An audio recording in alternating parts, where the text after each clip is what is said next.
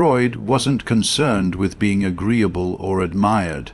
His pursuit was truth, no matter how uncomfortable or scandalous. And when he turned his gaze toward female desire, what he found disrupted the foundation of how society, and especially men, understood women. He didn't romanticize or idealize female affection. He wasn't talking about love, compatibility, or sweetness. He was diving into the undercurrent, the primal energy that moves beneath the surface of polite conversation and romantic gestures. He was after the raw, often hidden force of female desire itself. What he found was unsettling to the Victorian world then, and remains deeply challenging today. Female desire is not clean, not consistent, not easily explained. It doesn't follow rules. It doesn't respond predictably to logic or effort. Instead, it winds and weaves, elusive and irrational, more like smoke than fire. It moves by suggestion, not certainty. It is triggered by dominance, timing, chaos, not clarity, not comfort. Most men entirely miss this because they assume women desire in the same way men do, that attraction can be won through consistent behavior, kindness, availability, and logic. But Freud saw that this assumption is false. Women often respond not to what a man says, but to what he evokes. This is why the man who listens attentively, buys her gifts, and respects her boundaries may still find himself ghosted. Meanwhile, the man who is emotionally detached, even indifferent, may hold her obsessive attention. It's not because she's irrational or playing games. It's because her desire doesn't chase what's safe, it's drawn to what's mysterious. That mystery isn't just confusion. It's the unknown, the uncertain, the sense that something more exists under the surface. That unknown excites the emotional center of her brain, which is where desire is born. Freud realized that female desire thrives not on resolution, but on tension, emotional tension, psychological tension, and even moral tension. And tension, by nature, is unresolved. That's why when a man constantly seeks reassurance, clarity, or tries to control the emotional narrative, he collapses the very thing that could have made him desirable. The desire isn't in the knowing, it's in the not knowing. It's in what's felt, not what's explained.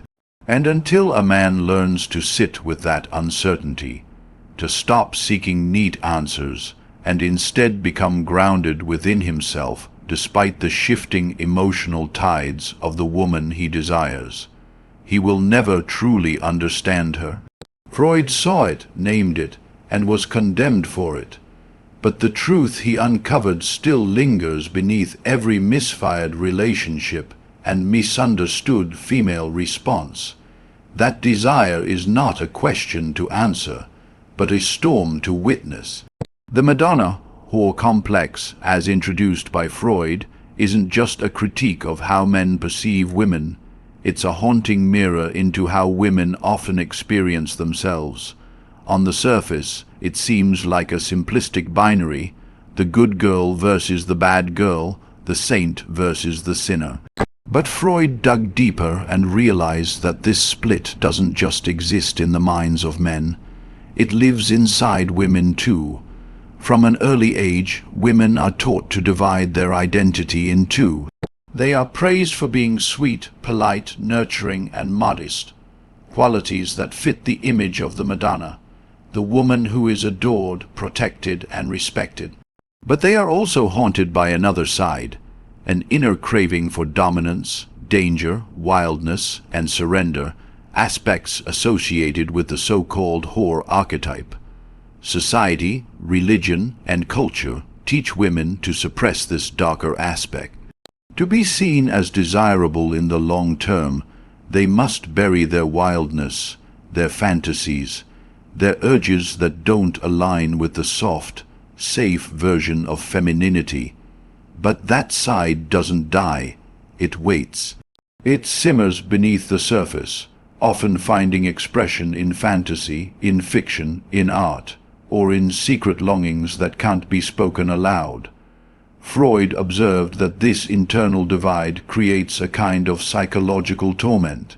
When a man treats a woman only as sacred, only as virtuous, pure, untouchable, he unintentionally suppresses the very part of her that wants to be claimed, devoured, dominated.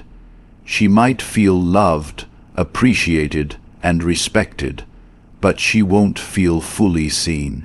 On the other hand, when a man only relates to her as a sexual object, treating her with raw intensity but no emotional safety, he violates her trust. She might feel desired but ultimately discarded. The result of either extreme is that her desire collapses, not because she's broken, but because she is being forced to fragment her identity. Freud's genius was in recognizing that both sides exist in every woman, and both must be acknowledged if her full capacity for desire is to emerge. A woman doesn't just want to be worshipped or just wanted. She wants both, often at the same time.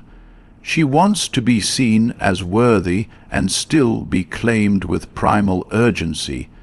The failure of most men is not in choosing the wrong side, but in choosing only one side.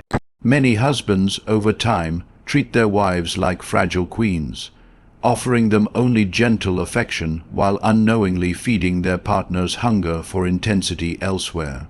This is where emotional disconnect, infidelity, or even resentment take root, not because love has disappeared, but because desire has no room to breathe. The woman begins to hide herself, to suppress her hunger, to silence her darker instincts in order to remain lovable. But suppression isn't resolution. Those unmet parts of her don't vanish. They express themselves in indirect ways, in unexplained mood swings, in emotional distance, in fantasies she never shares, in dreams where she's free to lose control. The Stoic man doesn't flinch at this reality. He doesn't shame her for wanting both purity and passion. He doesn't try to fit her into one mold. He understands that true intimacy requires a container strong enough to hold all of her, not just the light, but also the shadows. His presence doesn't moralize her desire, it makes room for it. He leads not by controlling her, but by embodying a calm strength that allows her to explore her full self without fear of being judged. And in doing so, he becomes the rare man who sees all of her and welcomes every part without hesitation. Freud's third revelation pierced through the social norms of his time with a clarity that most were too afraid to acknowledge.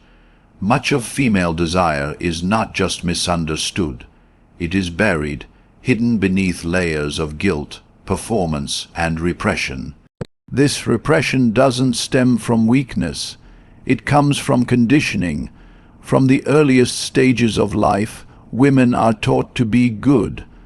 Good daughters, good students, good partners. Good girls don't speak their desires too loudly, don't act too boldly, don't claim their sexuality too openly. They learn to smile when they're uncomfortable, to hide hunger behind politeness, and to filter their longing through what is deemed acceptable. But the body never lies. What is suppressed in thought or language finds a way to express itself elsewhere, through tension, through fantasy, through dreams, through indirect behavior that even she might not fully understand. Freud saw this contradiction play out over and over again in the lives of his patients. Women would come to him appearing perfectly put together on the outside, married, educated, respectable. Yet when they spoke of their inner worlds, a very different story emerged. They dreamt of being chased, dominated, even devoured. They longed for experiences that would strip away their polite exterior and leave them exposed, raw, and fully seen. Yet they couldn't speak these desires aloud, even to themselves. Why? Because doing so would risk judgment, rejection, and even internal shame. They had been taught to believe that wanting intensity was a moral flaw, that craving submission was weakness, that hunger itself made them unworthy. So instead they hid it, they masked it, and as Freud discovered, the more forbidden the desire, the more powerful it became. This repression creates a paradox. The more a woman tries to be good, the more her suppressed cravings grow in intensity. That's why so many women are drawn to romantic novels, dark fantasy fiction, erotic thrillers, and even forbidden love stories. These outlets provide a safe space, a psychological sanctuary, where they can surrender without shame. In those stories, they can give up control without being labeled. They can experience desire without risking their identity. But in real life, it's not so simple. Real life is filled with consequences, with roles to uphold, with expectations to meet. So instead of expressing what she wants, a woman might test a man. She might provoke him, challenge him, push his buttons, not out of cruelty, but out of an unconscious longing to feel something powerful enough to overcome her inner resistance. She wants to know, can this man handle the parts of me I've never been allowed to show? Most men fail this test. They either retreat in confusion or respond with wounded pride. They take her provocations personally. They think she's being difficult or irrational. They try to fix her, calm her down, reason with her. Or worse, they try to win her affection by being endlessly polite, endlessly supportive, endlessly available. But all of that effort, all of that niceness, only pushes her further away, not because she's ungrateful, but because it doesn't touch the part of her that's buried, the part that wants to be claimed, not comforted. What she secretly craves is a man who sees through the surface, who isn't intimidated by the chaos she's been taught to hide. A man who doesn't require her to name her desire before he responds to it. She wants a man who feels it, who reads between her words, who senses what her eyes say when her mouth stays silent. A man who doesn't need her permission to be masculine, to be present, to lead with quiet confidence and unwavering energy. She wants to feel a presence that doesn't flinch, doesn't bend, doesn't hesitate. Because when she feels that kind of presence, calm, grounded, unyielding, something inside her softens. The walls begin to drop. The guilt begins to fade, and for perhaps the first time, she lets herself feel everything she's denied. Freud wasn't telling men to be aggressive or cruel. He was illuminating the shadow of feminine repression, the deep longing for surrender that society never allows women to explore openly. And he showed how this repression makes fantasies more intense, more urgent, and often more confusing. The man who can navigate that confusion without retreating, the man who doesn't apologize for his own desire or shrink to accommodate hers, becomes more than a lover. He becomes a doorway to a self she's never fully met. Not the self she presents to the world, but the self that trembles beneath the surface, desperate to be touched without shame, to be known without being judged. And in that meeting, real desire is finally unlocked. Freud's fourth insight into female desire took the world into deeply uncomfortable territory, and even today, it remains a psychological minefield many men are afraid to explore. At the heart of this theory was what he called the Electra complex, an idea that suggests a woman's early attachment to her father subtly and often unconsciously shapes her adult attractions. While modern psychology has evolved and may not frame it in exactly those terms anymore, The essence of Freud's observation continues to hold undeniable weight. Women are often drawn to men who embody strength, emotional stability, and quiet authority, not because they seek to be ruled, but because they long to feel safe enough to let go. This isn't about submission in the superficial or oppressive sense. It's about surrendering to a presence that is more grounded, more commanding, more secure than the storm inside her. Women are not seeking control. They are seeking a counterbalance to their own emotional intensity. Freud observed that the qualities associated with a strong father figure, steadiness, reliability, a lack of emotional reactivity, often become the very traits that women are magnetically drawn to in men, particularly in the realm of desire. The irony is that many men misunderstand this entirely. They believe that being dominant means being aggressive, barking orders, showing off, or demanding submission.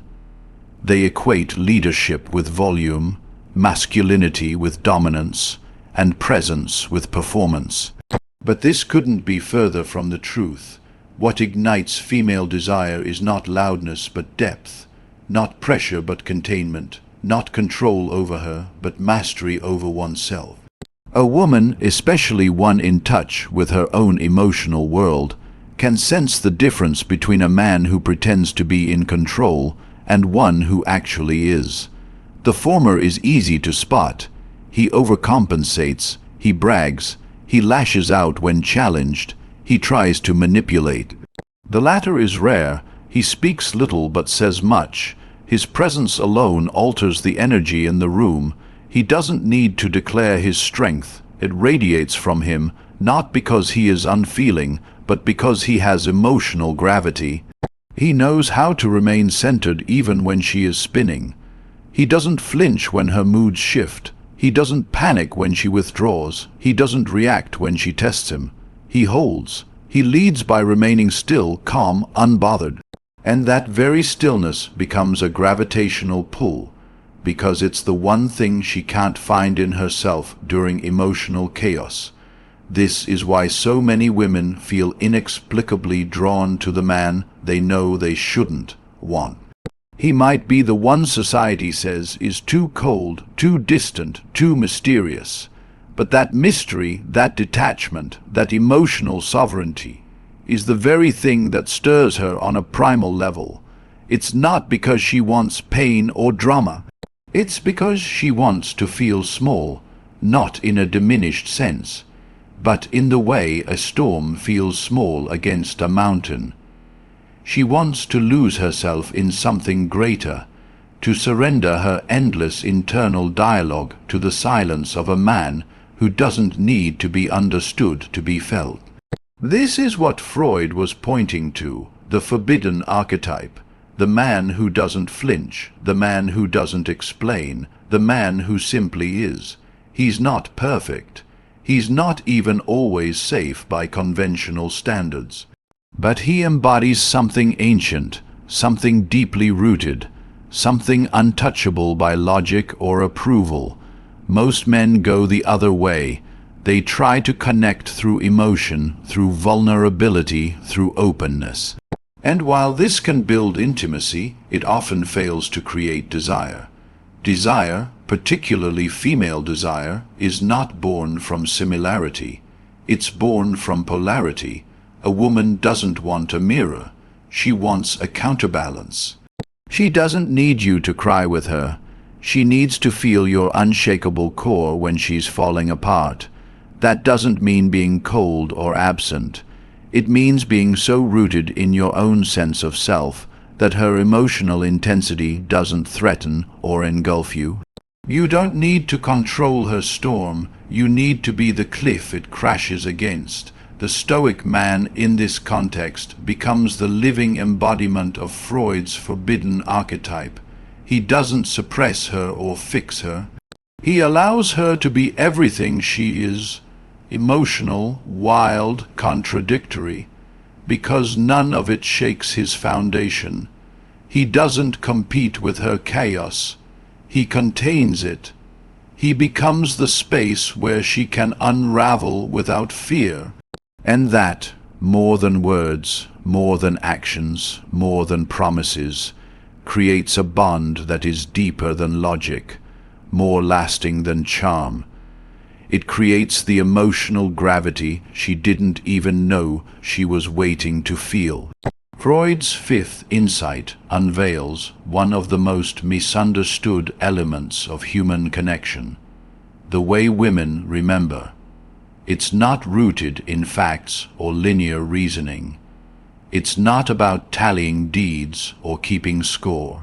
It's about the *** emotional imprint ***. Freud understood that female memory is fundamentally emotional in nature, meaning that what remains in her psyche isn't the what, but the how you made her feel, not what you did. You could write her poetry, shower her with gifts, offer her unwavering support and structure, and still become forgettable if none of it touched the emotional core that moves her. She might forget the exact words you said during an argument or the exact date of a milestone, but what will never fade is the emotional state she was in when you were present or absent. She'll remember the tone in your voice when you disappointed her, the look in your eyes when you made her feel seen, the silence that followed when you chose not to fight for her, and the moment you made her feel like she wasn't alone in her sadness. These are the fingerprints you leave behind, not the actions themselves, but the emotions tied to them. This emotional encoding shapes how she views you, not just now, but in hindsight, in recollection, and especially after you're gone. That's why so many men find themselves confused after doing everything right. They listen, they show up, they provide, they avoid mistakes.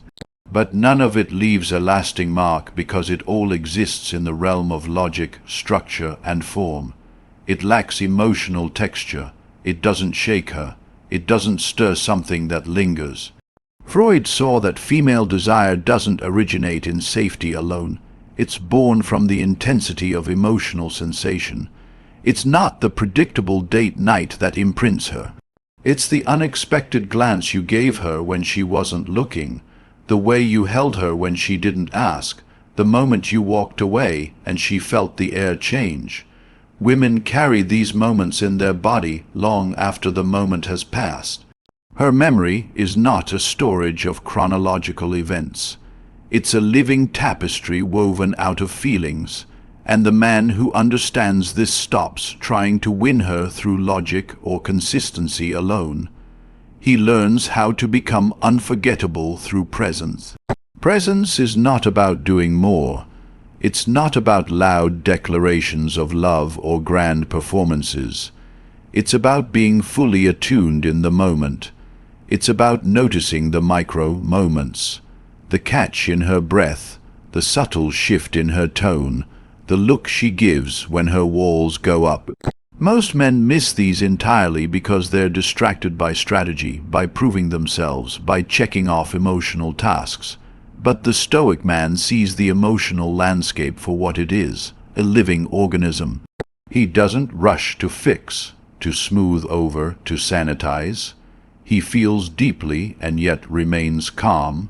He becomes the steady current beneath her waves, and because of that, his presence gets stored in her as something she can't explain, but also can't forget.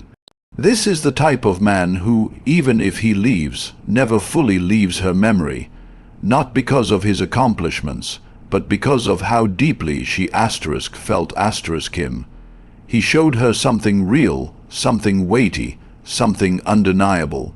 Freud understood that this is what gives a man gravity in a woman's life, not charm, not wit, not gifts, but the ability to enter her emotional world without fear and remain grounded while she sways. A man who reacts too much becomes forgettable. A man who tries too hard becomes invisible. But a man who embodies stillness while still feeling everything, he leaves an imprint. because she doesn't remember the perfect words or the perfect gestures. She remembers how you stood still while she unraveled, how you remained when everything in her felt like it was falling apart. That emotional anchor becomes her deepest memory. It becomes her benchmark for presence. And no matter how much time passes, no matter how many others come and go, she will never forget the man who made her feel something she didn't even have words for. Freud's sixth revelation is perhaps the most disruptive, because it forces men to abandon their need for certainty and embrace the raw unpredictability of female desire. This point goes beyond theory. It's a direct challenge to the masculine instinct for order, clarity, and resolution. Men are trained to look for patterns, to solve problems, to categorize and fix. They want to know where they stand, what a woman wants, how to win her and how to keep her. But Freud realized that this mindset is incompatible with the true nature of female desire, because her desire is not a riddle to be solved. It is a *** force to be endured, witnessed, and felt ***. It doesn't move in straight lines.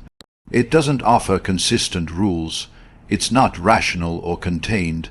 It exists in the realm of tension, between wanting and resisting, between safety and chaos, between the known and the forbidden.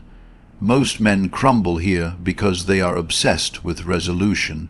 They want to decode her feelings, clarify her intentions, and lock down her loyalty with logic.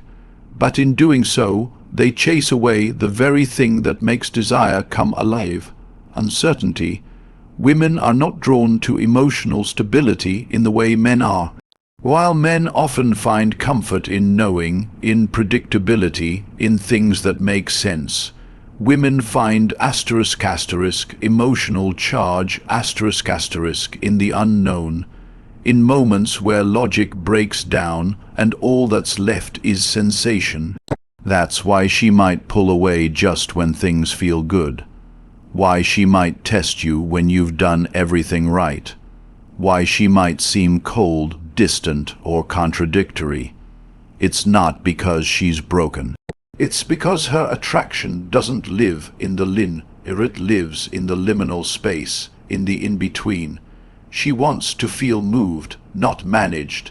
And when a man constantly seeks answers, explanations, and control, she no longer feels moved. She feels measured, trapped, understood in the wrong way. Freud knew that trying to explain a woman's desire from the outside is like trying to map a storm with a ruler. You miss the very thing that gives it life. A woman doesn't always know what she wants. It's not because she's indecisive, but because what she wants is an experience that unfolds in real time, something she feels in her body, not her mind. And the moment a man tries to nail it down, to define it too tightly, it slips away. The magic disappears, the fire cools. That's where so many relationships fall into monotony, because men stop dancing with the mystery. They start managing, scheduling, clarifying, and negotiating. But desire doesn't grow in perfect understanding. It grows in the edge, where emotion leads and thought follows, where both partners are uncertain but present. This is where the Stoic man separates himself. He doesn't demand clarity from a woman. He doesn't need to know her every emotion or dissect her behavior. He doesn't chase definitions, roles, or timelines. He stays grounded in himself while observing her shifts, her tests, her contradictions, not with anxiety but with curiosity. He understands that tension isn't the enemy. It's the origin of desire, so instead of reacting to her changes, he remains still, not cold, not withdrawn, but internally steady. When she storms, he doesn't try to contain her. He becomes the presence that can withstand her without collapsing. That kind of stillness is rare, and she feels it, not just intellectually, but viscerally. In a world where men are constantly trying to prove themselves, fix her, or earn her approval, the Stoic man becomes unforgettable simply because he doesn't try to grasp her. He allows her to be what she is, and he remains who he is. Freud's insight dismantled the illusion that female desire is a mirror of male desire. It isn't logical, it isn't consistent, it isn't polite. It's layered, mysterious, alive, and most importantly, it doesn't respond to strategy. It responds to presence. Deep, unwavering, rooted presence.